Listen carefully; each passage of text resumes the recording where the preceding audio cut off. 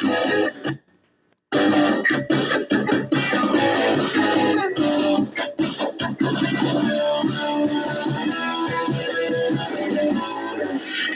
Sunshine. I'm Coy. This is CNN 10. I want to start with a shout out to the teachers out there, all of you who are informing and inspiring us. Let's reach out to one of our teachers, our mentors today. Give a handshake or high five. Let them know we appreciate them. It is Tuesday, March 25th, recognized as National Medal of Honor Day here in the United States. It's a day that was established by Congress to recognize Medal of Honor recipients, and that's where we begin, as the National Medal of Honor Museum in Arlington, Texas, opens to the public today.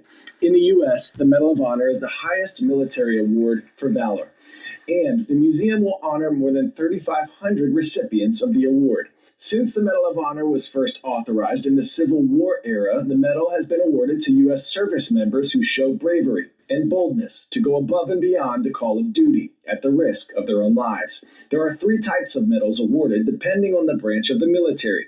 The Navy was the first branch of the military to award the medal in 1861, followed by the Army a year later. The Air Force's Medal of Honor was instituted in 1965. The museum is now home to more than 50 medals of honor, including the first one ever presented during the Civil War. It also has a large collection of artifacts like dog tags, flags, and the uniforms of recipients. Visitors will also be able to interact with a number of exhibits, including an interactive theater using AI technology that allows visitors to virtually talk to medal recipients. RJ Tapper got an early look at the museum and meets some of the heroes who are sharing their stories of bravery and service with us.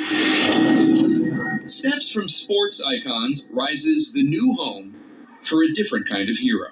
I hope when people walk through the space, they say, oh my gosh, how did they do this? The National Medal of Honor Museum, opening March 25th in Arlington, Texas, honors recipients of the highest military award for valor in the United States. I'm a 5'9" guy from Iowa. There's nothing special about me. Sal Junta hardly blends in with tourists getting an early look at the exhibit. Nor should he. Junta is a war hero among more than 3,500 medal recipients whose bravery and sacrifice is now enshrined here. I remember looking out, and there was hundreds, if not thousands, of orange glowing bullets coming in. In 2007, Junta's platoon with the 173rd Airborne Brigade was ambushed in Afghanistan. I just ran into the ambush to fight next to my buddy. So he didn't fight alone. He wouldn't let me fight alone. His friend, Sergeant Joshua Brennan, had been hit and was being dragged away by the enemy. The world was blowing up around us, and all I could think of is, why are these guys running that way with him? I ran closer and realized it was 2 enemy carrying Sergeant Brennan. I eliminated the threat, and I grabbed my buddy and just took off running back the direction I came. Brennan ultimately would not survive, but the actions Junta took at great risk to his own life ensured that his buddy came home. Your courage prevented the capture of an American soldier and brought that soldier back to his family. In 2010, Junta was the first living Medal of Honor recipient since the Vietnam War. Actions like his and thousands more weave a tapestry of heroism displayed publicly for the very first time since the Medal of Honor was first authorized in 1861 during the Civil War. This museum allows me to talk about my buddies, because none of this was me. It was always us. You were awarded the Medal of Honor for hugging a suicide bomber. Over the years, Medal of Honor recipients have been on the lead, sharing their stories, such as Flo Groberg, who's featured in the museum. I had the most direct path towards the suicide bomber, and I just did my job. Ty has spoken openly. Ty Carter told us of the post-traumatic stress that lives on years after his sacrifices. I didn't believe it was real until I experienced it. I thought it was just an excuse. Told him I'm sorry. And Clint Romeshay movingly shared his regrets that he could not save even more of his battle buddies, returning years later to say he channeled that emotion into helping others. And that's where I really started to try and focus. What are we going to do tomorrow to make stuff better? Their strength is represented in the Medal of Honor Museum's design. 31,000 square feet of exhibit space, hoisted into the air by just 5 pillars, each representing a branch of the U.S. military.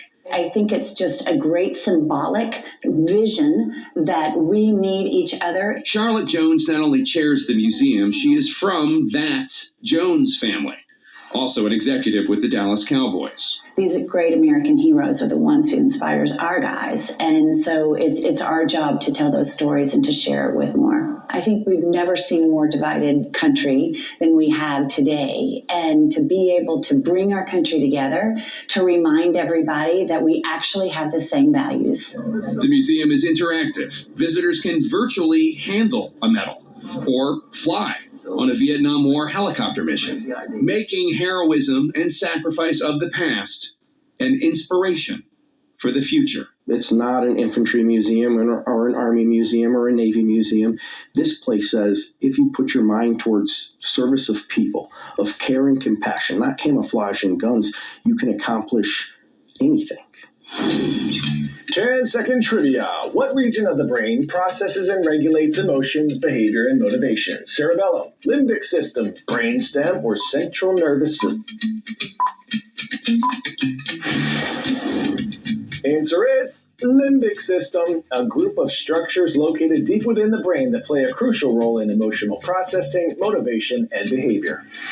Now to a project that's using artificial intelligence algorithms and facial recognition on pigs. Scientists from 2 universities in the UK have developed technology to recognize the emotions of the highly intelligent and emotional animals that the human eye doesn't see.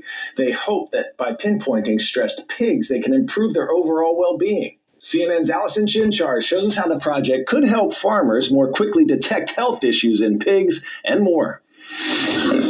Animals have emotions, just like humans. But are they as simple to detect? AI may be able to answer that question with trained technology. The University of West England, Bristol, and Scotland's Rural College developed the IntelliPig, a system that will work to translate a pig's emotions into a form humans can understand, and alert farmers if an animal needs immediate attention. It starts with placing a camera inside an automated feeder. When pigs get hungry, the system gets to work. The camera image would be processed by an AI algorithm, which would recognize the individual. So in order to do that, we first have to train it. So we have to show it examples of that individual over a number of days with different pose and different lightings. As the system learns to identify the different features of each animal, it will store that information for future use. Once the system recognizes that specific pig, as it walks up to the feeder and puts its head down to eat, experts hope AI will be able to capture their different emotions and their well-being. There must be features there that we pick up on, even if they're subconscious in some way. There's something about the way the animal looks that we pick up on and tells us, whether it's in a good or a bad state emotionally. Professor Smith says the research they've seen on pigs so far has been more focused on the negative emotions. But with this technology, they want to change that and show the positives too. I think that's really exciting. The idea that a machine can tell the emotional state of an animal, perhaps in a way that we can't, I think could be really interesting. They hope to complete the project by September 2026.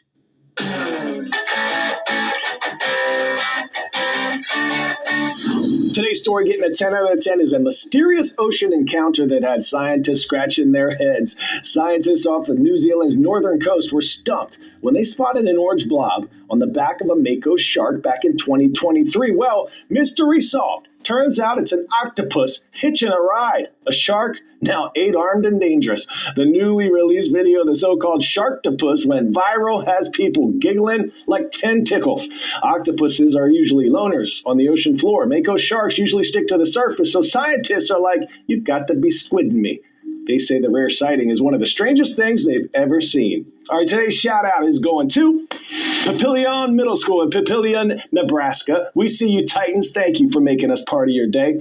Remember that we will be choosing one of your vocabulary words for hashtag Your Word Wednesday tomorrow. So follow me at CoyWire on the socials. Put your unique vocabulary word and definition in the comments section of my most recent post, along with some info. For a shout out, we'll choose one illustrious winner to work into tomorrow's show. Go make it an awesome day, everyone. I'll see you right back here tomorrow on CNN 10. Thanks.